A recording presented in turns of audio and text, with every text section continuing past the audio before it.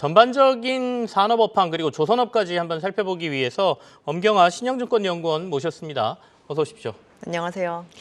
먼저 물류부터 좀 살펴봐야 될 것 같습니다. 네네. 최근에 이제 홍해 쪽, 그다음에 또 저쪽에 호르무즈 해협까지 얘기가 나오면서 물류업체들에 대한 관심이 좀 높고 운임이 올라간다 이런 얘기가 나오더군요. 어떻게 판단하십니까? 좀 장기화될 것 같습니까? 뭐 장기화의 여부는 사실 전쟁이 언제 끝나냐는 네네네. 질문이기 때문에 조금 의미는 없을 것 같고, 이제 이 혼란 자체가 산업에 미치는 영향이 장기화가 되느냐가 관건인데요. 저희가 스웨즈 운하가 전 세계 물량의 한 3분의 1이 통과해야 되는 유럽의 관문에 해당이 됩니다. 네. 저희가 만약에 거기를 통과하는 모든 해운사들이 다 영향을 받고 있는 게 맞다라고 한다면 전선종의 운임이 올라야 되는 게 사실 맞는데, 최근에 컨테이너 운임이 상당히 두드러지게 보이고 있는 상황이고, 네. 이제 지난주 같은 경우는 탱커 운임까지 아마 이란의 문제였었기 때문인 것으로 보이는데요. 강세를 보이고 있는 상황입니다. 근데 저희가 이렇게 해운업계에 공통적으로 뭔가 그 공급을 빨아들이는 이슈가 발생을 하게 되면 그거를 가지고 저희가 화주에게 전가를 하면 되는 문제이기 때문에 해운업체들한테는 그렇게 악재가 되진 않지만 이거에 대한 지속 가능성은 실질적으로 그 본질에 해당하는 수요와 공급이 담당을 하게 되거든요. 네. 저희가 아무리 희망봉을 돌아간다고 하더라도 그렇게 우회를 할 수 있을 만큼의 공급량이 시장에 충분하면 사실 운임은 다시 안정화되는 추세를 여기서 보일 것으로 말씀하시는 공급량이라는 하는 건 선박을 말씀하시는 그렇죠. 거죠? 네. 그 화물을 나를 수 있는 선박의 네. 공급량이라고 보셔야 될 것 같습니다. 그래서 지금 현재 이제 1분기에 특히나 두드러지게 컨테이너 쪽에서 이렇게 강세를 보이는 이유 중에 하나는 지금이 저희가 올해 봄부터 운송이 되는 24년 물량에 대한 그 운임 협상을 실시하는 시기에 해당이 되거든요. 네. 그래서 약간 컨테이너 선사들이 이제 어차피 협상을 시작할 때 저희가 베이스 운임이 너무 낮은 것보다는 좀 높은 게 좋다라는 생각을 할 수가 있기 때문에 지금 전반적으로 좀 운임을 너무 낮추지 않기 위한 노력을 공통적으로 좀 대응을 하는 것 때문에 컨테이너 운임이 특별히 더 많이 오른다라고 생각할 수 있을 만한 상황입니다. 아까 말씀하신 뭐 지정학적 우려나 뭐 이런 영향도 있긴 하겠지만 네네. 본격적인 선박운임 협상하기 전에 이런 지정학적 리스크를 반영해서 가격을 좀 높여놓으면 네, 맞습니다. 향후에 올해 전반적인 협상에서 유리한 위치를 차지할 거다라는 계산도 좀 들어있다 이런 말씀이시네요. 네, 맞습니다.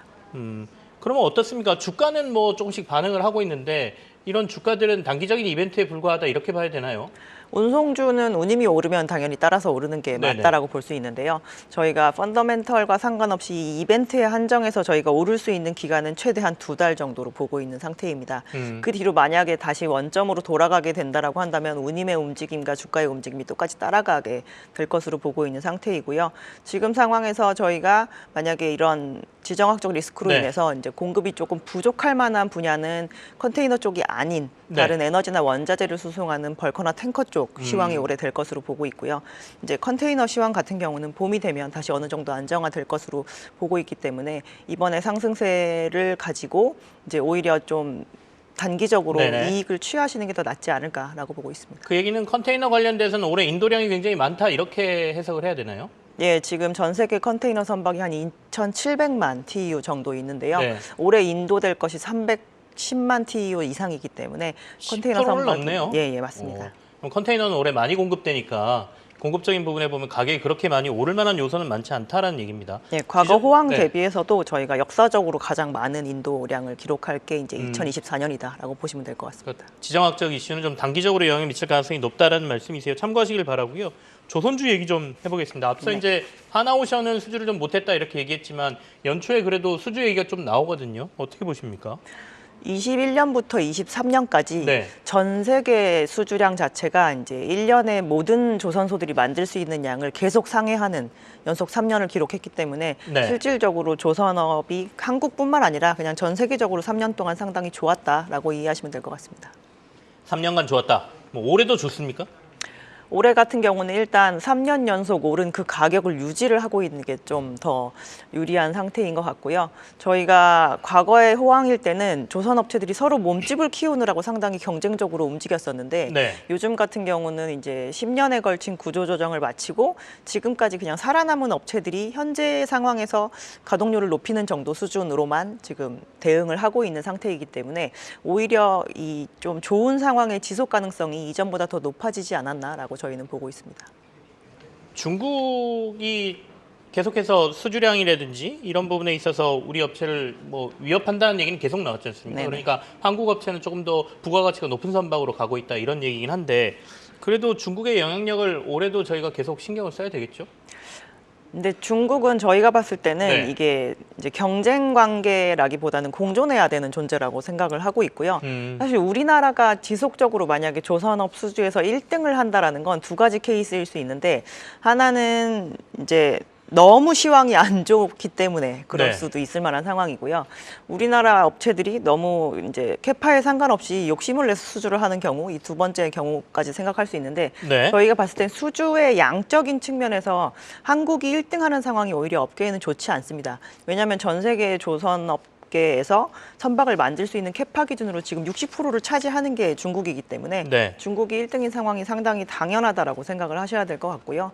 한국 업체들 같은 경우는 지금 많이 올려진 이제 성과를 향유를 하면서 지금의 고부가치 선박에 몰리고 있는 이 선주들의 니즈를 잘 소화시켜 주는 것이 앞으로 좀 지속 가능한 경쟁력을 가져갈 수 있는 길이 아닌가 싶습니다. 아직 주요 업체들의 4분기 실적이 공개는 안 됐습니다. 지난해 4분기 실적은 어느 정도 될 걸로 예상하세요? 일단 1, 2, 3, 4분기 중에서 가장 영업일수가 많은 날이기도 하고 저희가 앞에 1, 2, 3분기 대비 4분기에 만드는 선박들의 단가가 더 높을 거라는 건 당연히 생각하실 수 있을 텐데요.